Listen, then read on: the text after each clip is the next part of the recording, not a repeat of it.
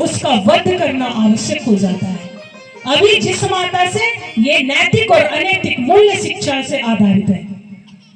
जब आप अनैतिक कार्य होते हैं तो आप मूल्य विहीन हो जाते हैं। मूल्य का मतलब वैल्यू नहीं है, या उसका मतलब रेट से नहीं। मूल्य का मतलब एक मूल्य, एक आचरण, एक आदर्श, वो एक मूल्य है। तो जब भी हम मूल्य विहीन होते हैं तो उस अमूल्य का वध करना आवश्यक होता है। वैसे ही महिषासुर जिस मां से थोड़ी देर पहले आशीर्वाद पाया हो और उसी मां की सुंदर छवि को देख करके जन्म ले लेती है, वहां उसी समय विपत्ति जन्म लेती है। और विपत्ति जन्म लेती है तो कहीं ना कहीं मां सहायक होती है, फिर उस विपत्ति करती है, उसमें चाहे व्यक्ति का नाश क्यों न करे। मां ने कंस के वध तक उनका सहयोग किया। इधर रंभ और करम्भ महिषासुर जो बने थे उनका वध किया। करम्भ ने भी माता की अर्चना की थी, तपस्या की थी, और वो बन गए बाद में रक्त बीज। रक्त बीज मानते किसको बोलते हैं?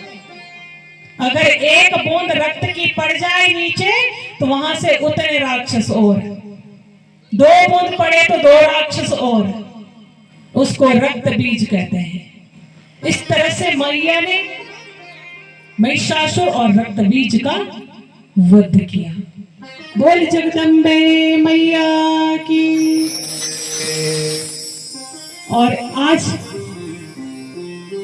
की इस कथा में मैं एक, यहाँ बालेश्वर महादेव की भूमि है और नागों की भूमि है। नाग आना यहाँ कोई बहुत बड़ी बात तो नहीं है, लेकिन जहां हमारी दृष्टि शक्ति और भक्ति से जुड़ी हो तो वहां वो नाग भी सामान्य नाग नहीं होते। फिर वहां वो नाग हमारे लिए क्या बन जाते हैं?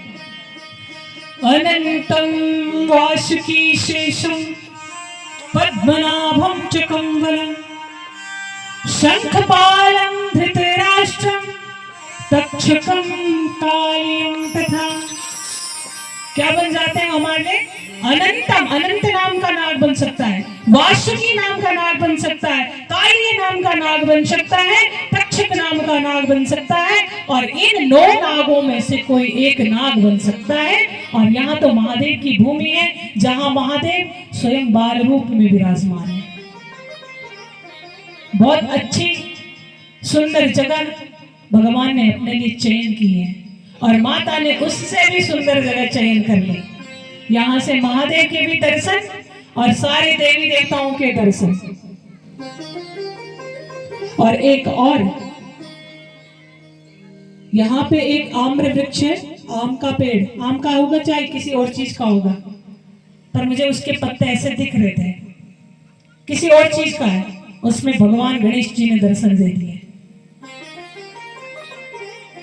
बहुत दिव्य दर्शन है, आप सब लोग कर सकते हैं। कभी रास्ते से आना जाना हो, आज हमने उस पे पीला कपड़ा वगैरह सब बंधवा लिया, पूजा करवा ली, टीका लगा लिया। आप लोग स्वयं देखेंगे भगवान गणेश का मुंह बना है, आंख बनी है, नाक बनी है, यहाँ तक कि उदर का विस्तार हो रहा है। यहाँ लंबोदर स्वयं विराजमान हो गए गेट पे।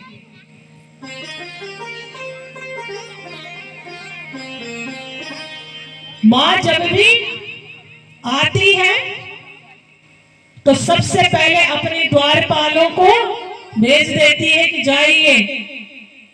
अभी मां की मूर्ति आई नहीं है, उससे पहले ही उनके रक्षक पहुंच गए। गणेश जी कैसे बने थे आप सबको पता है। माता ने गणेश जी का निर्माण कैसे किया था?